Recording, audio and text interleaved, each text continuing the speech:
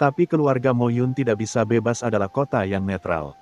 Bagaimana kita bisa mengusir orang lain? Mo Yun berkata dengan hormat, Tuan Raja Beitian memiliki banyak informasi. Memang ada orang yang begitu kuat, dan dia saat ini berada di kota Nanyuan kita. Saya ingin bertemu dengannya, dan saya pikir keluarga Mo Yun Anda tidak akan menghentikannya. Tanda tanya petik 2, Bei Tianwang berkata sambil setengah tersenyum. Saya tidak berani, kata Mo Yun buru-buru. Lalu kenapa kamu tidak menyingkir? Raja Bei Tian mendengus dingin, dan dengan gemuruh, iring-iringan mobilnya langsung terbang ke udara, bahkan tanpa masuk atau keluar dari gerbang kota, dan langsung menerobos formasi yang diatur oleh keluarga Mo Yun di kota Nanyuan. Pergilah ke rumah Gua Qinchen dengan cara yang hebat. Tapi Mo Yun tidak berani menghentikannya sama sekali. Tuan kota, apa yang akan kita lakukan selanjutnya? Setelah Raja Beitian pergi, orang-orang kuat dari istana Tuan kota, yang telah ditekan oleh momentum Raja Beitian dan berlutut, buru-buru datang ke sisi Mo Yun Kue dan bertanya dengan hati-hati. Apa yang bisa kita lakukan? Wajah Mo Yun berubah jelek, kirimkan seseorang untuk mengawasinya dan melihat apa yang terjadi pada Raja Negeri Utara ketika dia melihat Qinchen. Tentang itu, ketika Raja Negeri Utara datang, para leluhur tidak muncul. Jelas sudah menjelaskan semuanya. Nenek moyang tidak ingin berkonflik dengan Raja Utara dan memprovokasi musuh besar kerajaan Yong. Pertama, Petapa Agung Yilong meninggal di kota Nanyuan. Jika sesuatu terjadi pada Raja Utara di kota Nanyuan, maka kota Nanyuan akan hancur total. Tim Raja Surgawi Utara sangat besar dan segera tiba di gua di distrik Yuanjia tempat Qin Chen berada. Itu adalah Raja Surgawi Utara. Datanglah kepada kami. Di mana istana gua distrik Yuanjia berada, ada beberapa kaisar besar dari kota Nanyuan yang tinggal di sana, tetapi sejak Qin Chen pindah, mereka ketakutan sepanjang hari, dan mereka ketakutan. Tembakan besar yang pernah mereka lihat lebih buruk dari sebelumnya. Tembakan terbesar yang pernah saya lihat dalam hidup saya bahkan lebih menakutkan sehingga mereka semua bersembunyi di gua dan tidak berani menunjukkan wajah mereka sama sekali. Dan dari jauh di luar gua di distrik Yuanjia, pikiran spiritual datang satu demi satu. Orang-orang kuat dari kekuatan besar lainnya di kota Nanyuanlah yang segera mendapat berita dan memperhatikan tempat ini. Raja Negeri Utara, Chu Yueli, penguasa paviliun abadi, juga bergumam pada dirinya sendiri dalam kegelapan dengan wajah khawatir. Ini adalah sosok yang sangat kuat di kerajaan Yong, dan kekuatannya lebih unggul. Dia jauh lebih menakutkan daripada Sage Agung Yilong. Apa yang dilakukan orang kuat seperti itu ketika dia meninggalkan kerajaan Yong yang dia jaga dan bepergian ratusan jutaan mil untuk datang ke sini? Jika dia memusuhi Qin Chen, itu akan menjadi masalah besar. Dalam tampilan penuh, kereta Raja Surgawi Utara tidak dengan paksa masuk ke kota Nanyuan sebelumnya, tetapi jatuh jauh di luar gua Qin Chen. Segera setelah itu, sosok yang menjulang tinggi dan mendominasi keluar dari kereta. Ledakan. Begitu sosok ini keluar, kekuatan jalan besar antara langit dan bumi mulai naik dan turun dengan hebat.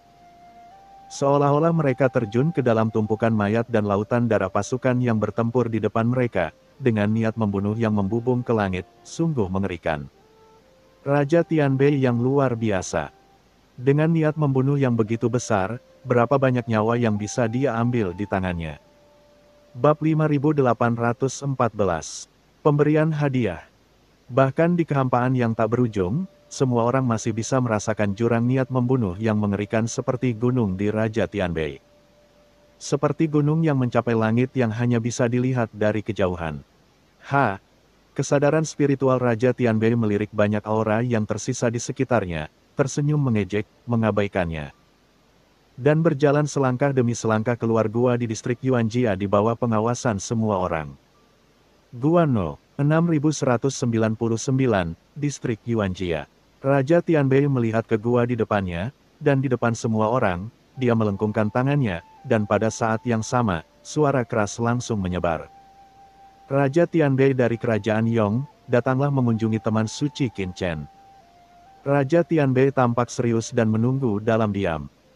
Dia benar-benar berbeda dari orang yang sombong dan mendominasi di gerbang kota timur sebelumnya, seolah-olah dia adalah orang yang berbeda. Raja Tianbei ini bertingkah seperti ini. Apa yang terjadi? Semua orang mensubscribe channel Dongeng Donghua di kejauhan tercengang dan melihat pemandangan ini dengan tidak percaya. Apakah ini Raja Tianbei dari kerajaan Yong yang terkenal dan berapi-api? Sangat sopan. Ini adalah Raja Negeri Utara.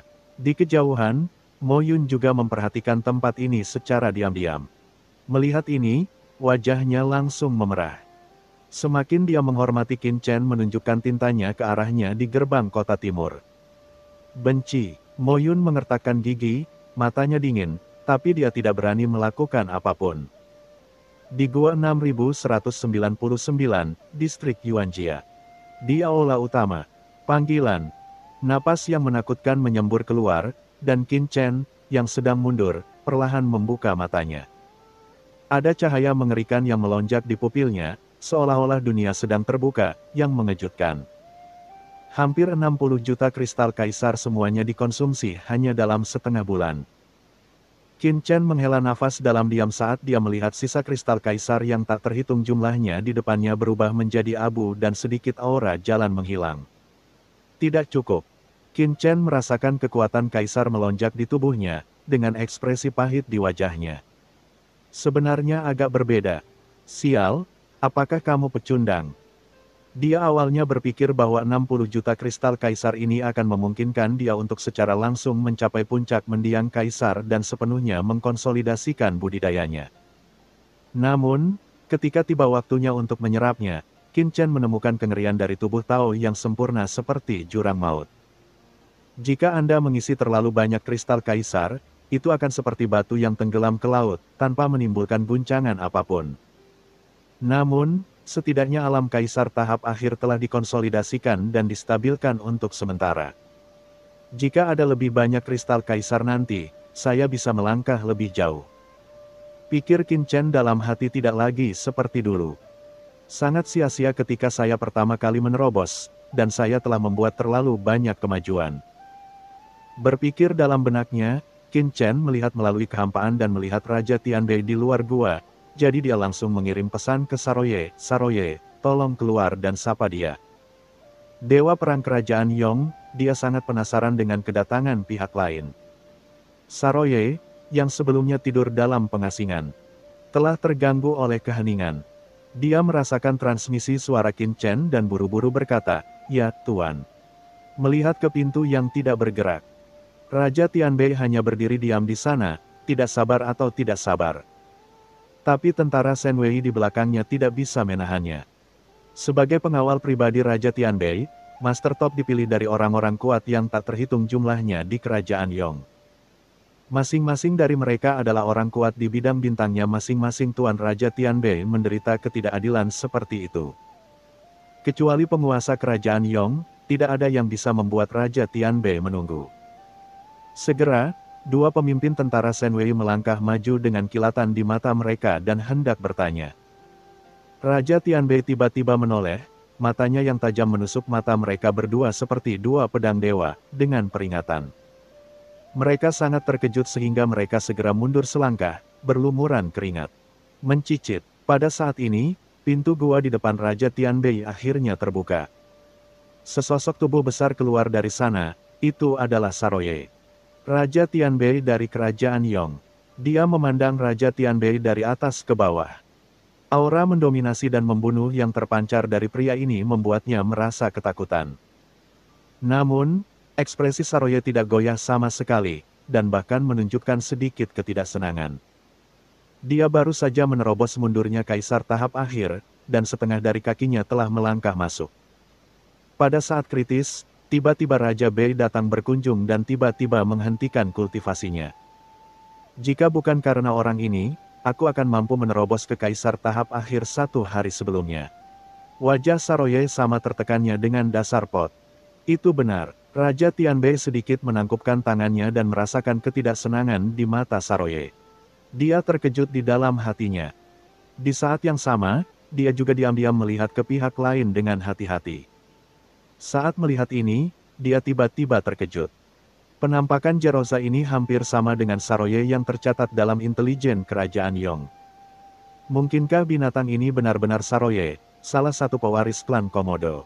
Dia baru saja meragukannya sebelumnya, tapi sekarang setelah dia melihat Saroye, dia lebih yakin dengan penilaiannya. Saroye merajuk, tapi dia tidak bisa memarahi Raja Tianbei, dia hanya bisa dengan malas berkata, "Masuk, tuanku sedang menunggumu." Raja Tianbei menangkupkan tangannya dan mengikuti Saroye berdiri di luar pintu di bawah perintahnya, menjaga tempat itu dengan tenang.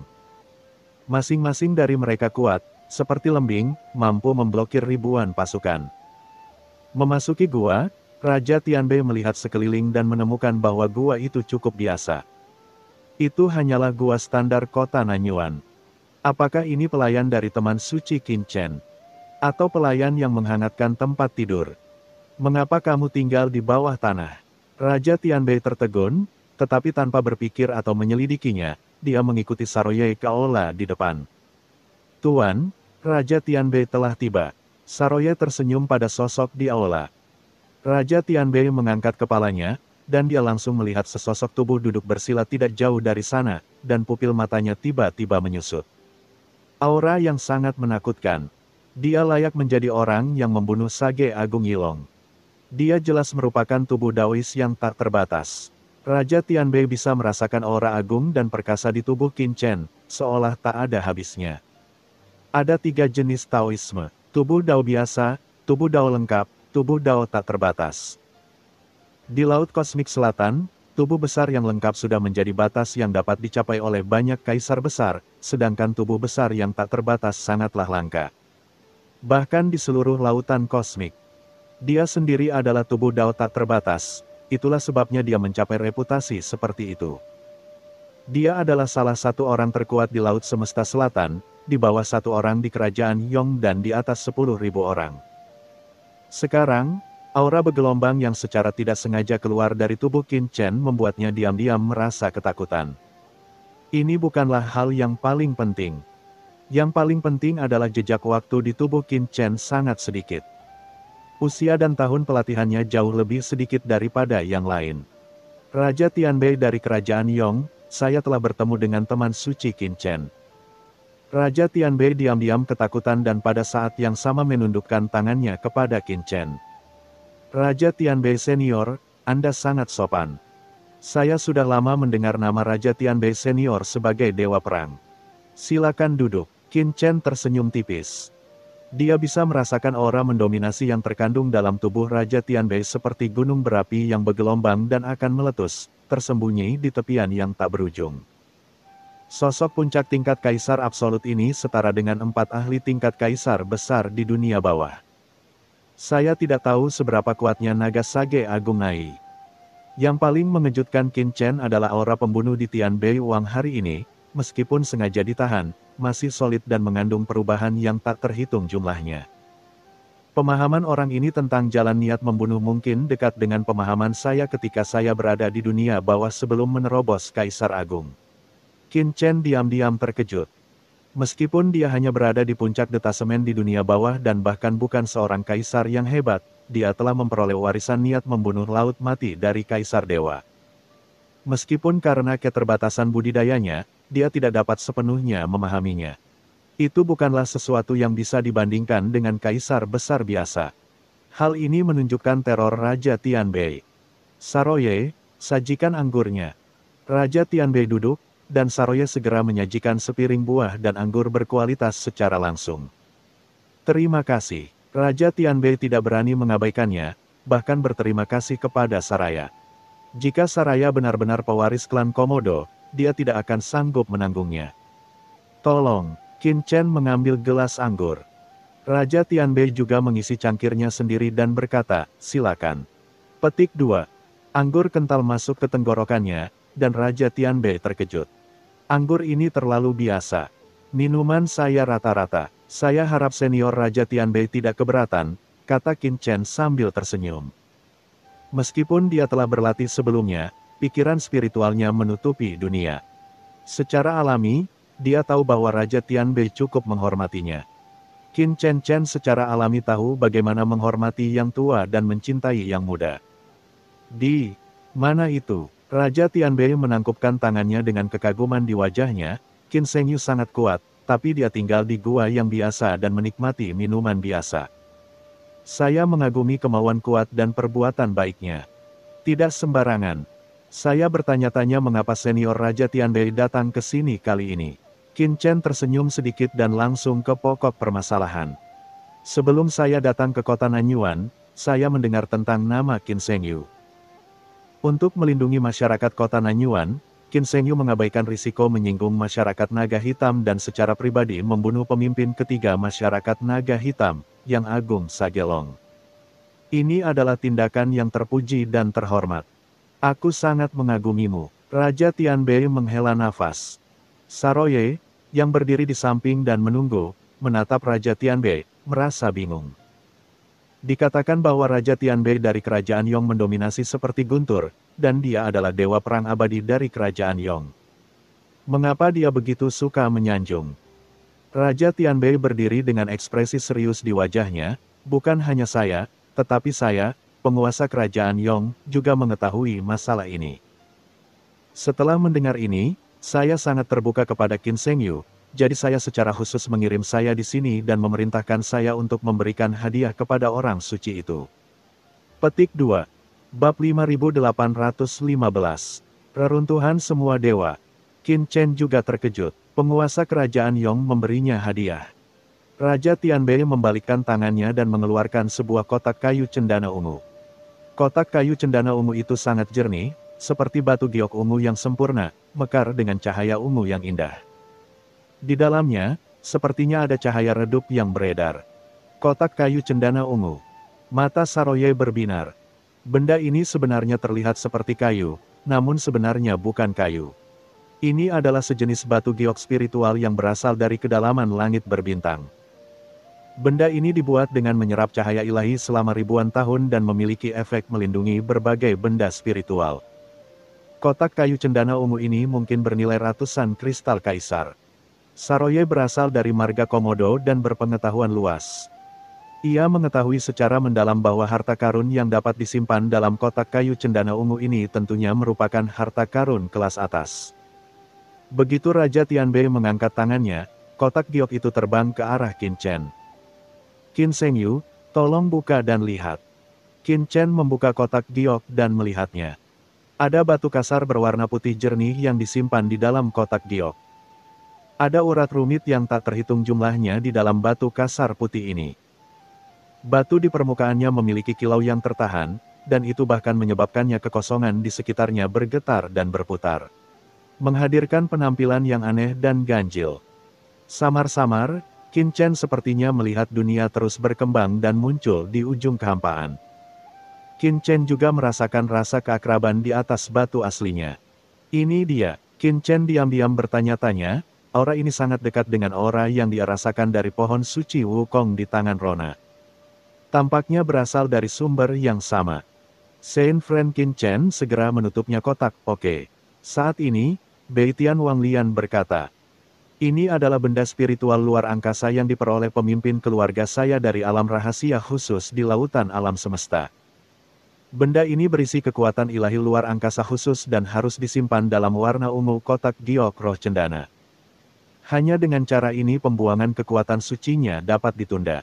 Reruntuhan para dewa. Saroye tiba-tiba berseru dari samping. Hah, hati Qin Chen tergerak dan dia menatap Saroye.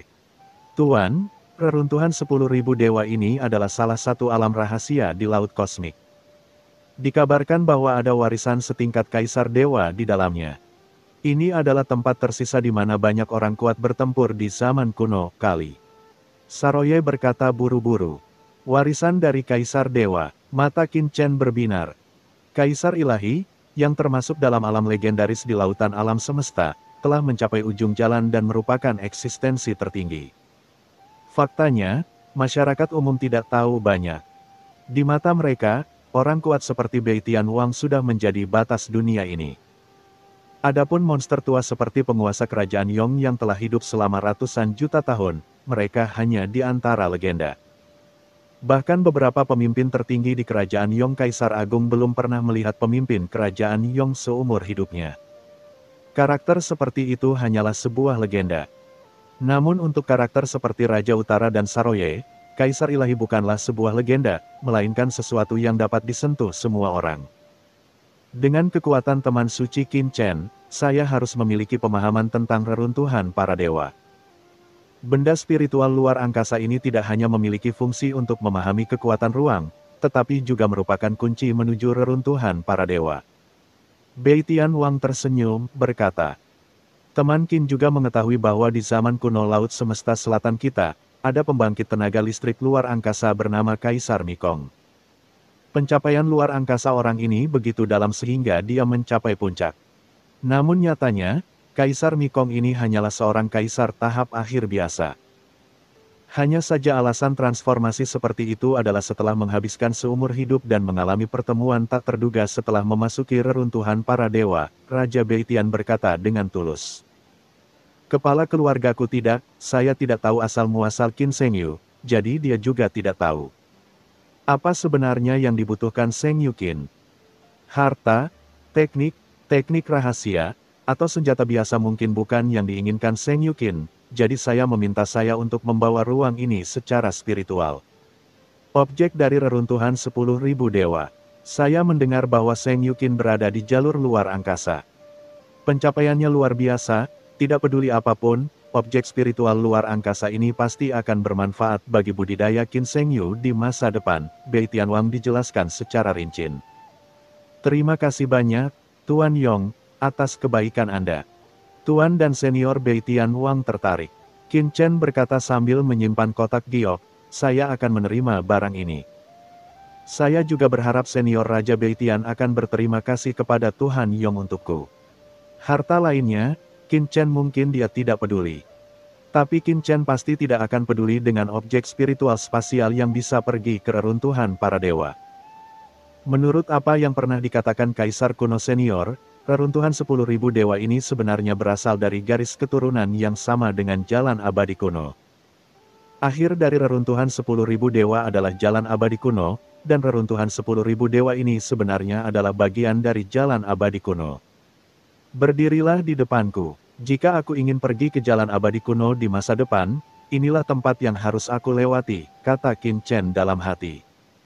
Dia benar-benar memahami reruntuhan para dewa ini. Teman Qin Sheng, sama-sama. Raja Bei Tian merasa senang saat melihat Qin Chen menerima kotak giok itu. Ngomong-ngomong, penguasa negara kita juga memberitahuku bahwa dia sangat mengagumi Shengyu Qin. Raja Bei Tian melanjutkan. Penguasa negara berkata bahwa jika Shengyu Qin tertarik, dia bisa pergi ke negara kita, Yong, dan negara kita bersedia memberi Qin Shengyu status pemujaan. Nikmati banyak sumber daya negara kita Yong. Konsekrasikan. Qin Chen menyipitkan matanya. Raja Bei Tian tersenyum tipis, sahabat, mohon jangan meremehkan status ini sebagai seorang pemuja. Jika seorang sahabat suci bertugas sebagai pemuja di kerajaan Yong kita, dia akan dianggap sebagai salah satu dari kita. Jika sahabat suci itu bersedia, dia bisa pergi ke kediaman raja sebagai pemuja. Jika kamu bisa lulus ujian menerima murid, kamu bisa menjadi murid Tuhan. Namun, ujian menerima murid sangatlah sulit tidak memiliki batas. Hanya satu orang yang telah melewatinya dan secara resmi diterima oleh Tuhan. Bawa dia ke bawah sektenya. Raja Bei Tian tampak iri dan berkata, ini adalah kesempatan besar. Meskipun dia sudah menjadi raja dengan perbedaan. Bermarga di kerajaan Yong, dia masih belum setinggi murid langsung penguasa kerajaan Yong. Menjadi murid penguasa kerajaan Yong, Qin Chen tercengang. Saroye hanya bisa melirik ke arah Raja Bei Tian, matanya sedikit terkejut. Imajinasi orang ini terlalu bagus, bukan? Apa yang harus dikatakan? Ingin makan kotoran. Terima kasih Tuan Yong dan senior Raja Tianbei atas kebaikan Anda. Qin Chen berkata sambil tersenyum. Saya akan memikirkannya lagi. Raja Tianbei tertegun sejenak, dan kemudian menghela nafas dengan emosi.